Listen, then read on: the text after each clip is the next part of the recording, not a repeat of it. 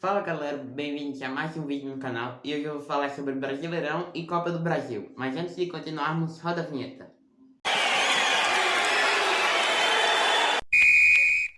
E eu vou começar falando do Brasileirão, que teve a sua 17ª rodada finalizada ontem. Mas eu vou começar com os jogos, falando dos jogos do final de semana, começando com a Chapecoense, que foi visitar o Atlético Goianiense. A Chape, que ainda não sabe o que é vencer no campeonato, até abriu o placar com um gol de pênalti. Mas nos acréscimos, viu o Atlético Goianiense empatar com também um gol de pênalti e sendo assim a Chape segue sim vencendo o campeonato.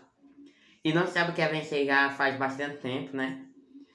Tivemos o Grêmio vencendo mais uma, o Grêmio se recuperando na tabela, dessa vez venceu o Bahia por 2-0.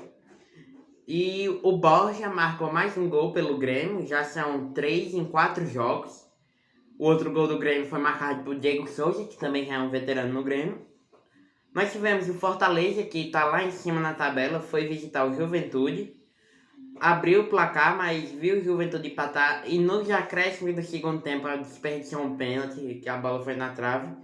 Mas mesmo assim, o Fortaleza segue lá na parte de cima da tabela, está em terceiro, com 32 pontos. Grande campanha vem fazendo o time cearense. Tivemos o vice-líder Palmeiras tropeçando em casa por Cuiabá. Tomou um gol no primeiro lance da partida com 2 minutos e um gol no último lance do jogo. Péssimo resultado do Palmeiras. Palmeiras que, como eu já falei, não tinha o técnico Abel Ferreira, que foi expulso no jogo contra o Atlético Mineiro. E também não tinha o auxiliar de Abel, que foi expulso também contra o Atlético Mineiro. E nesse caso o time foi comandado pela sua terceira opção. Tivemos o Flamengo de Renato Gaúcho, dessa vez foi parado por mais outra equipe, né? A primeira tinha sido o Inter, agora foi o Ceará.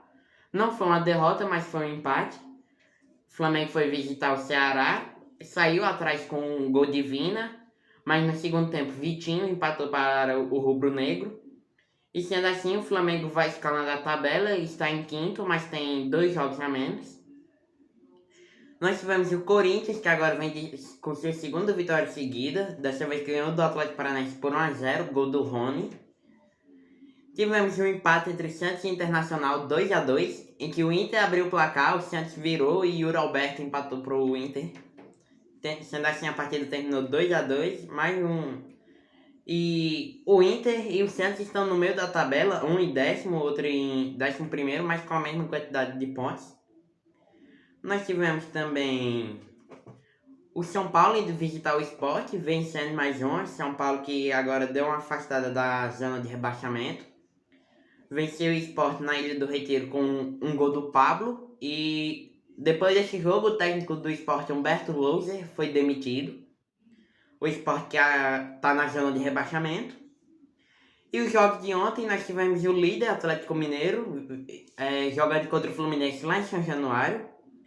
E o técnico Tite estava lá observando essa partida.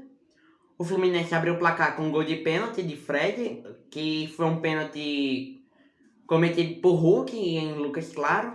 Aí Fred converteu, fazendo assim 1-0 para o tricolor carioca. E no segundo tempo, Eduardo Sacha empatou para o Atlético Mineiro, terminando assim a partida em 1-1. O Galo, se vencesse, podia abrir 8 pontos de vantagem, sendo assim líder isolado. Mas mesmo com o empate, já foi um bom resultado, assim, digamos, para o Galo. Está a 6 pontos do vice-líder Palmeiras. E vão se enfrentar na semifinal da Libertadores, hein? E vale lembrar que o Fred, nesse jogo de ontem, com o gol marcado, ele igualou o Romário em número de gols no Brasileirão. E agora, empatado com o próprio Romário, ele é o segundo maior artilheiro da história do Brasileirão, ambos com 154 gols. Ficam atrás somente de Roberto Dinamite com 190 e o terceiro colocado é o Edmundo com 153. E para finalizar a rodada, nós tivemos o Bragantino indo visitar o América Mineiro e vencendo a partida por 2-0. O Bragantino que agora é o quarto colocado e o América Mineiro é o vice-lanterna. E assim está a tabela do Brasileirão, com o Atlético mais líder do que nunca, 38 pontos. Em segundo, o Palmeiras com 32, o Fortaleza em terceiro com também 32. Em quarto, o Red Bull Bragantino com 31. Em quinto, o Flamengo com 28, mais 2 jogos a menos. Em sexto, o Corinthians fechando o G4, quem diria, né? O Corinthians que diziam que ia brigar por comprar não ser rebaixado, agora tá na zona de classificação para Libertadores. E na zona de rebaixamento nós temos o Grêmio com 16, que aí agora vem se recuperando na tabela. O Sport com 15, o América Mineiro com 15 e a Chapecoense, que ainda não sabe o que é vencer no Brasileirão, com apenas 6 pontos. E agora eu vou falar sobre os jogos da Copa do Brasil, sobre as quartas de final, que os jogos de ida acontecem essa semana. Amanhã, dia 25, nós já teremos 3 dos 4 jogos. São eles: Atlético Paranaense enfrentando o 7 às 7 horas. Para mim, o favorito hoje, o favorito para mim é o... É difícil de dizer um favorito nesse confronto. Mas eu acho que o favorito é o... É difícil, porque jogar lá na Arena da Baixada contra o Atlético Paranaense é difícil. E jogar na Vila Belmiro contra o Santos é muito difícil também. Mas eu acho que o favorito vai ser... Acho que quem avança, na verdade, é o Santos, de Fernando Diniz. É difícil apontar o favorito, mas acho que o Santos consegue a sua classificação. Amanhã, às 9h30, nós teremos o Grêmio reencontrando Renato Gaúcho. Dessa vez, Renato comandando o Flamengo. O Grêmio de Filipão. E para mim, o favorito é o Flamengo. Mesmo o Grêmio que vem se recuperando. Grêmio, que é o segundo maior campeão da Copa do Brasil. Fica atrás apenas do Cruzeiro. Mas para mim o Flamengo vai se classificar e, sendo assim, vai para a semifinal. Amanhã nós também teremos o São Paulo recebendo o Fortaleza. E acho que hoje o Fortaleza é mais favorito do que o São Paulo. Grande trabalho faz o técnico Vojvoda no comando do Fortaleza.